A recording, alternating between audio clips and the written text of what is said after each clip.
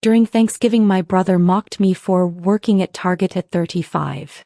So I pulled out my corporate badge showing I'm the regional director who just denied his loan application. Welcome back, family. If you haven't already, subscribe and say hi in the comments. We'd love to know where you're watching from. With that, let's continue today's story. The smell of roasted turkey filled Mama's house, but my stomach was already tight with dread. I hadn't been home for Thanksgiving in 3 years, and walking through that door felt like stepping back into my old skin, the one that never quite fit. There she is. My brother Aaron announced to the entire living room, his voice dripping with that familiar condescension. Little Emma finally graced us with her presence. I forced a smile, hugging relatives I barely recognized. Aunt Martha pinched my cheek like I was still 12. Uncle Ron asked about my situation, which I knew meant he'd heard I was still single. But it was Aaron's smirk that made my jaw clench. "How's Target treating you, sis?" he said loud enough for everyone to hear. The room went quiet. I felt 15 pairs of eyes on me waiting for my response. My mother looked away, suddenly fascinated by the centerpiece she'd arranged. My father cleared his throat but said nothing. "It's fine, Aaron," I said evenly, hanging my coat. "Fine." He laughed, slapping his knee. "Hear that, everybody?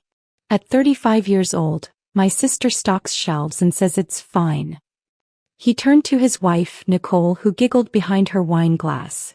"Baby, remember when we used to have ambition?" Something inside me cracked just a little. Not enough to break, but enough to let the light in, or maybe it was the darkness. I'd spent the entire 6-hour drive rehearsing how I'd stay calm, how I wouldn't let them get to me this time. But Aaron had always known exactly where to twist the knife. Aaron had the seat of honor at the table, right next to Daddy. Of course he did.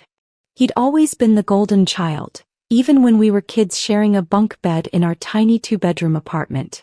While I studied late into the night, he charmed his way through life with that megawatt smile and empty promises.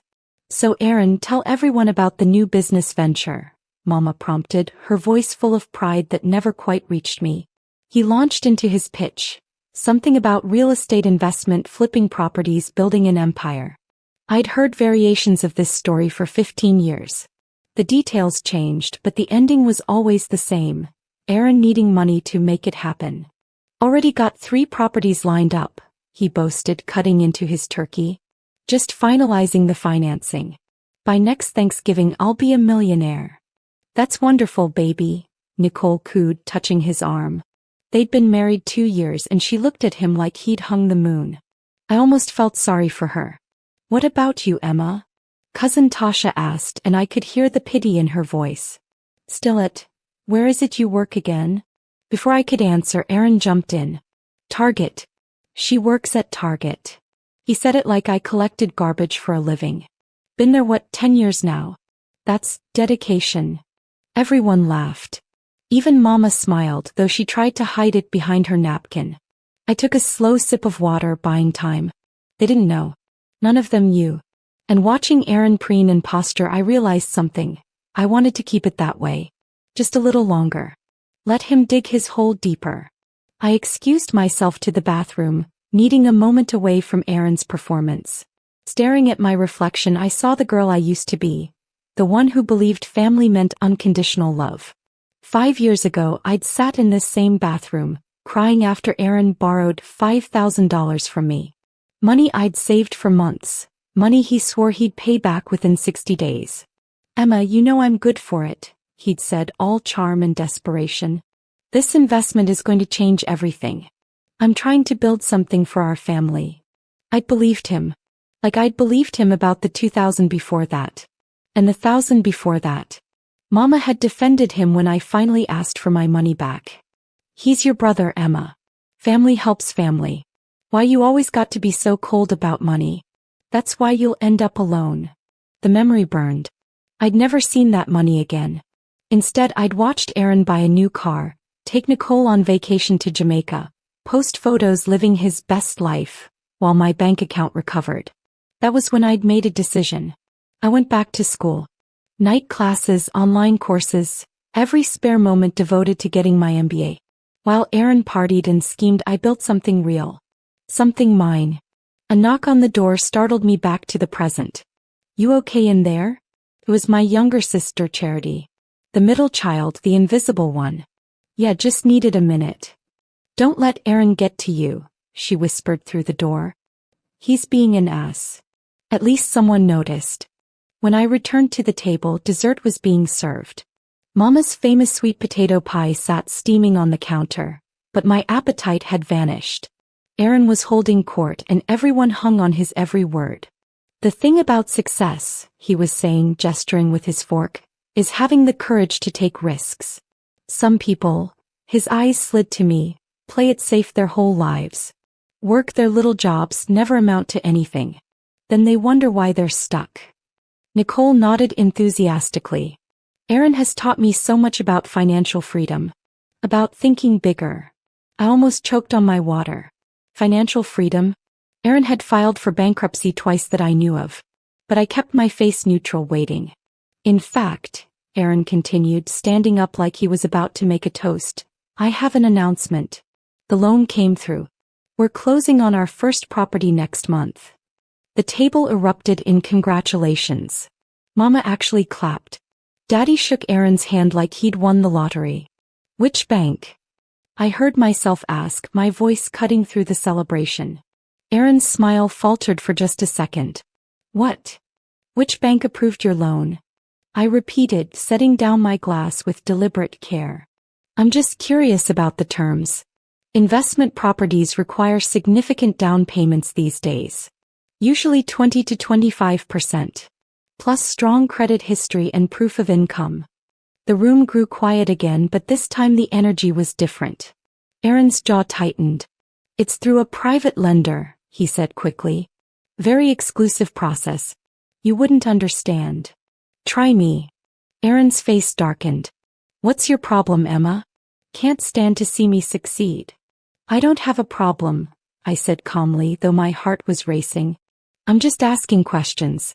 You know, the kind lenders ask. Like, what's your debt-to-income ratio? Your credit score? Your employment history? This is Thanksgiving dinner, not a business meeting, Mama interjected sharply. Emma, why you always got to rain on people's parade? There was the familiar pattern. Aaron gets defended. Emma gets blamed.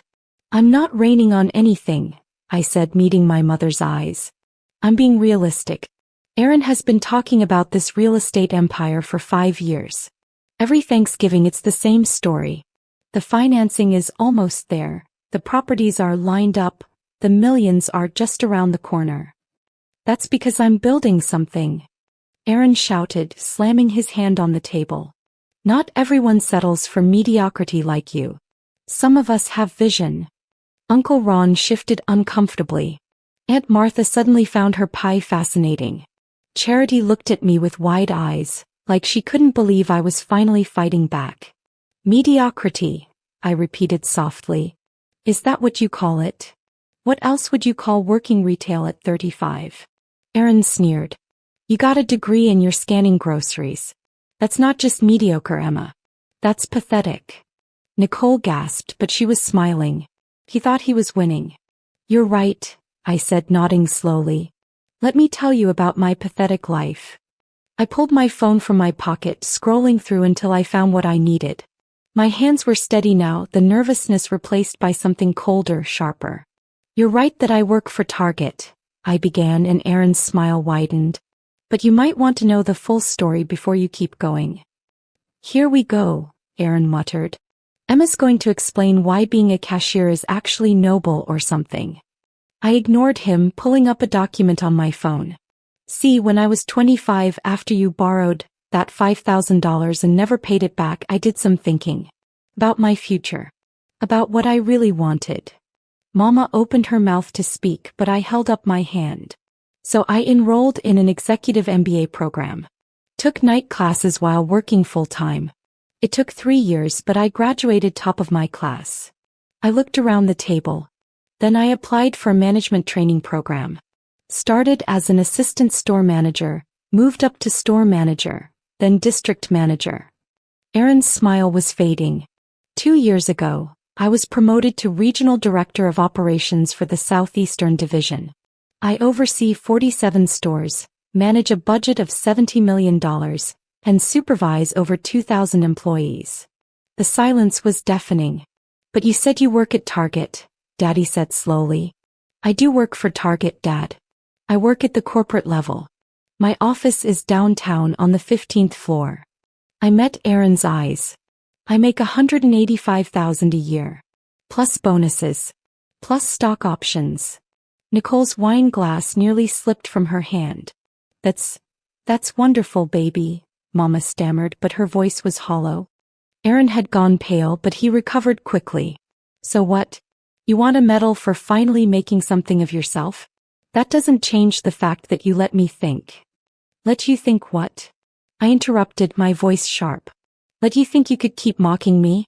Keep using my job as a punchline while you chase get-rich-quick schemes. Emma, Charity whispered, maybe we should. No. I stood up and everyone's eyes followed me. I'm not done. See, part of my job involves sitting on the Corporate Credit Review Board. We work with major banks to assess high-risk commercial loans, especially for first-time investors with questionable financial histories. I watched the color drain completely from Aaron's face. Last week I reviewed a loan application. Real estate investment. 3 properties. The applicant had an interesting financial profile. 2 bankruptcies, $16,000 in credit card debt, for late payments in the last year alone, and 3 previous business failures. Emma, Aaron said, his voice suddenly urgent. Don't. The application was declined. I continued, never breaking eye contact. Insufficient collateral, poor credit history, and concerning lack of documented income. We don't approve loans that are obviously going to default. It's bad business. Nicole turned to Aaron, confusion and horror dawning on her face. You said the loan was approved. You said we were closing next month. It was a different loan, Aaron said quickly, but his voice cracked. She's talking about something else. Am I? I pulled out my corporate badge from my purse, setting it on the table. The holographic seal caught the light. Regional Director, Emma Johnson. Authorization code J7834. You denied my loan? Aaron exploded, jumping to his feet. Are you kidding me right now? You sabotaged me. I didn't sabotage anything, I said calmly, though inside I was shaking. I did my job. The application was declined because you're a credit risk. That's not personal, Aaron. That's mathematics. This is unbelievable. He turned to our parents. Do you see this? Your daughter just destroyed my business before it even started. Maybe because it was never going to start, I shot back. Just like the car detailing business. And the clothing line. And the nightclub. And those were different. This is real. Show me the properties, Aaron. My voice was steel. Show me the contracts. Show me the inspections. Show me any actual proof that this isn't another fantasy. He couldn't. We both knew he couldn't. Nicole stood up slowly, her face crumbling.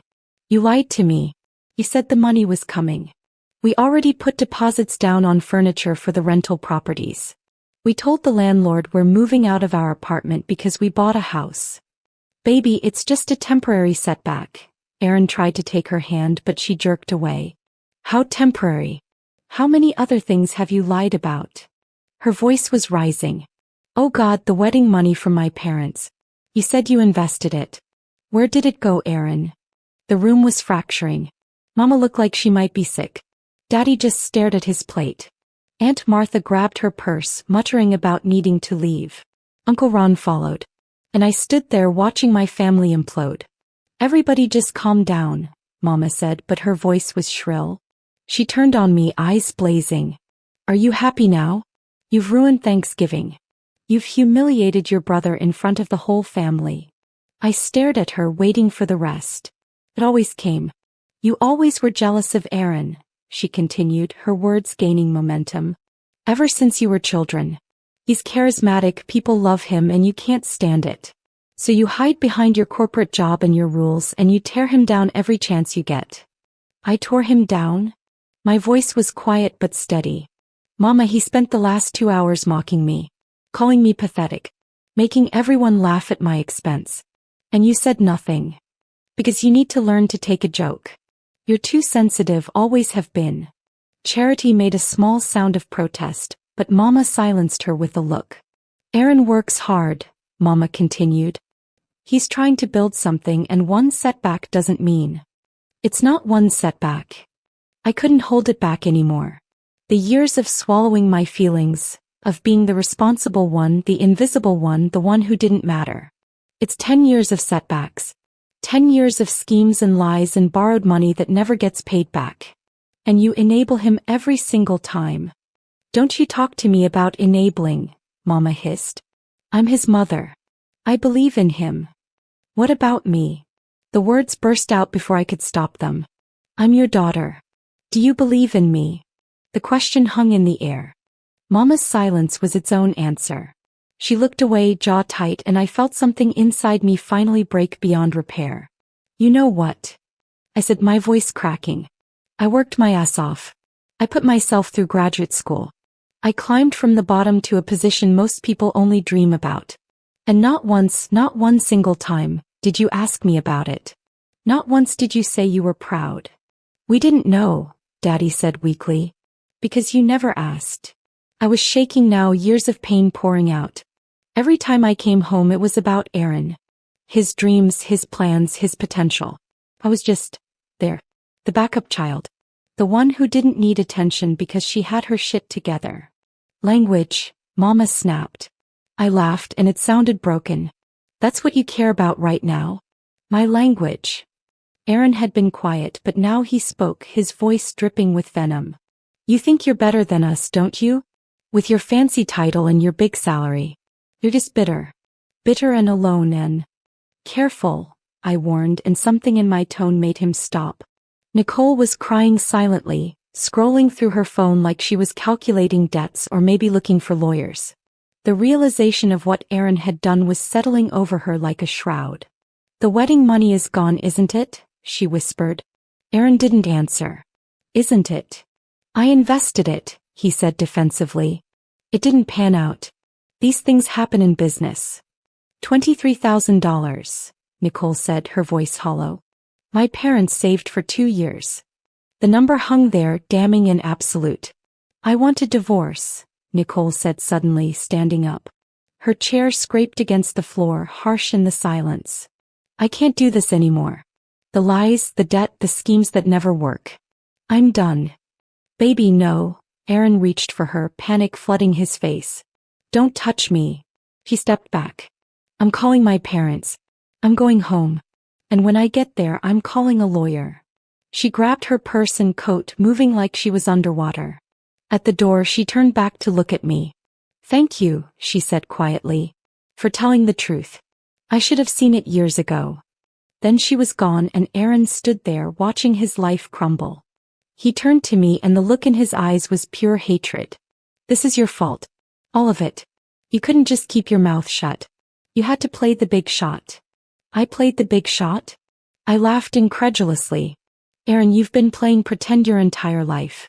The only difference is I actually built something real. Get out, he said, his voice low and dangerous. This isn't your house, I reminded him. Get out, he screamed, and suddenly he was in my face, close enough that I could smell the wine on his breath. You think you're so smart? So successful? You're alone, Emma. You've got money and a title, but who do you have?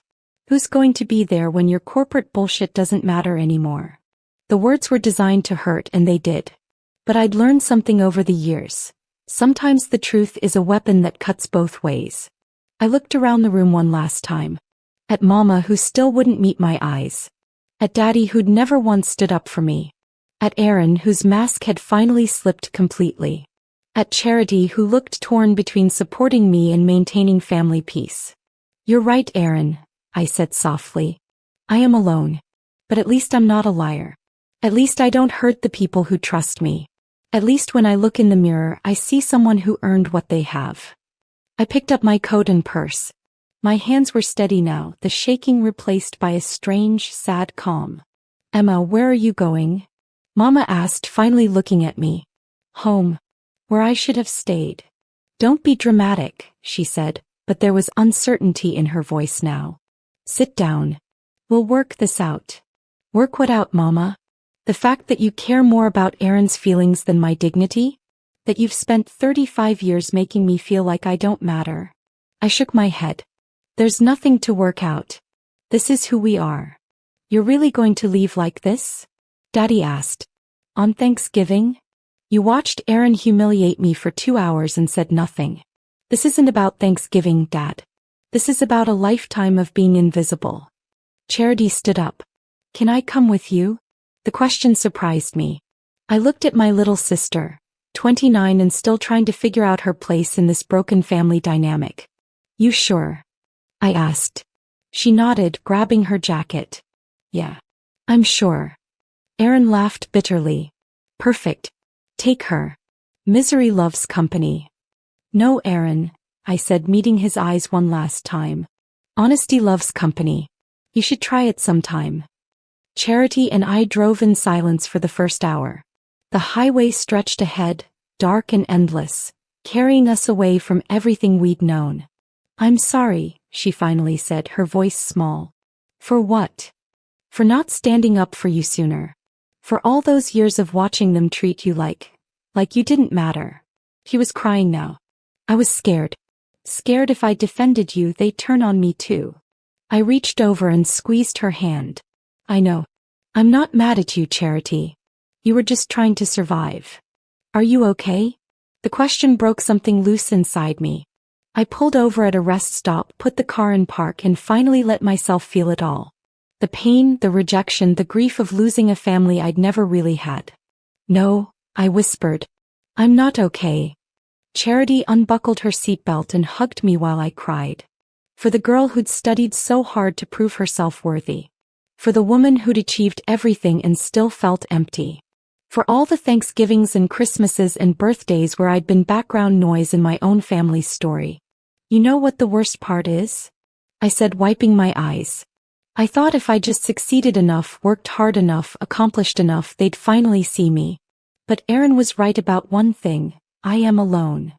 No, you're not, Charity said firmly. You have me. And you have yourself. The version that doesn't need their approval anymore. We sat there in that parking lot, two sisters trying to figure out how to move forward when the past won't let go. My phone buzzed. A text from Mama. You're being selfish. Family forgives. I stared at it for a long time, then typed back. Family also respects. Family also protects. Family also sees you. I hit send, then blocked the number. Charity watched me, then blocked Mama's number too. And Aaron's. And Daddy's. What now? She asked. I started the car, pulling back onto the highway. Now we build our own family. The kind that shows up. The kind that tells the truth. The kind that celebrates success instead of resenting it. I like that, Charity said softly. As we drove through the night, I realized something. I'd spent my whole life trying to earn love from people who were never going to give it. But maybe that was okay. Maybe some families are meant to be chosen, not inherited. My phone buzzed again, a call from Aaron. Then Daddy. Then Mama. I let them all go to voicemail. Behind us, the city lights faded into darkness. Ahead, the road stretched toward something new. Something mine. And for the first time in 35 years, I wasn't looking back. If this story resonated with you, hit that subscribe button. Share your own family struggle stories in the comments below. You're not alone. And remember, your worth isn't determined by people who refuse to see it. Sometimes the bravest thing you can do is walk away. Drop a like if you've ever felt invisible in your own family. Let's build a community of people who choose themselves.